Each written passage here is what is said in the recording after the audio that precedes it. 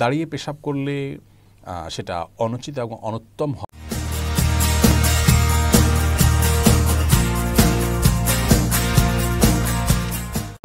কারণ হলো দাঁড়িয়ে পেশাব করলে তার ছিটা আমাদের গায়ে এসে লাগে, অথচ পেশাবের ছিটা থেকে বাঁচার জন্য নবী করিম সাল্লাল্লাহু আলাইহি ওয়াসাল্লাম তাকিদ দিয়েছেন।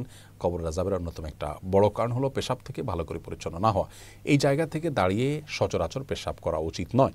রাসূল আকরাম সাল্লাল্লাহু আলাইহি সাল্লাম সম্পর্কে আমাদের আয়েশা রাদিয়াল্লাহু আনহা বলেছেন, এবং তিরমিজিতে হাদিসটি বর্ণিত হয়েছে।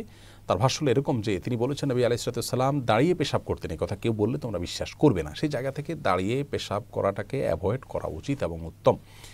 তবে সৌদি আরবের উলামায়ে কেরাম বিন বাজ, ইবনে উসাইমিন রাহিমাহুল্লাহ সহ অনেক উলামায়ে কেরাম বলে থাকেন যে কেউ চাইলে দাঁড়িয়ে পেশাব করতে পারেন। বিশেষ করে পেশাবের ছিটা ইত্যাদি আসবে, নাপাক হয়ে যাবে, তার কাপড় শরীর লেগে যাবে, এরকম আশঙ্কা যদি না থাকে তাহলে সে অবস্থায় দাঁড়িয়ে পেশাব করাতে অসুবিধা নাই তারা মনে করেন। তার কারণ হলো বুখারীর একটি হাদিস রয়েছে, যে হাদিসে নবী করিম সাল্লাল্লাহু আলাইহি সাল্লাম কোন একটা ময়লাযুক্ত এলাকাতে যেখানে বসার পরিবেশ ছিল না সেখানে দাঁড়িয়ে তিনি পেশাব করেছেন। এই হাদিসটাকে তারা ব্যাপক অর্থে নিয়ে থাকেন, কিন্তু প্রথম মতটি অধিকতর বিশুদ্ধ এবং দলিল থেকে আপনার দলিল সমৃদ্ধ বলে আমাদের কাছে মনে হয়। অতএব সচরাচর এবং সাধারণ অবস্থাতে দাঁড়িয়ে পেশাব না করে বসে পড়াই উচিত।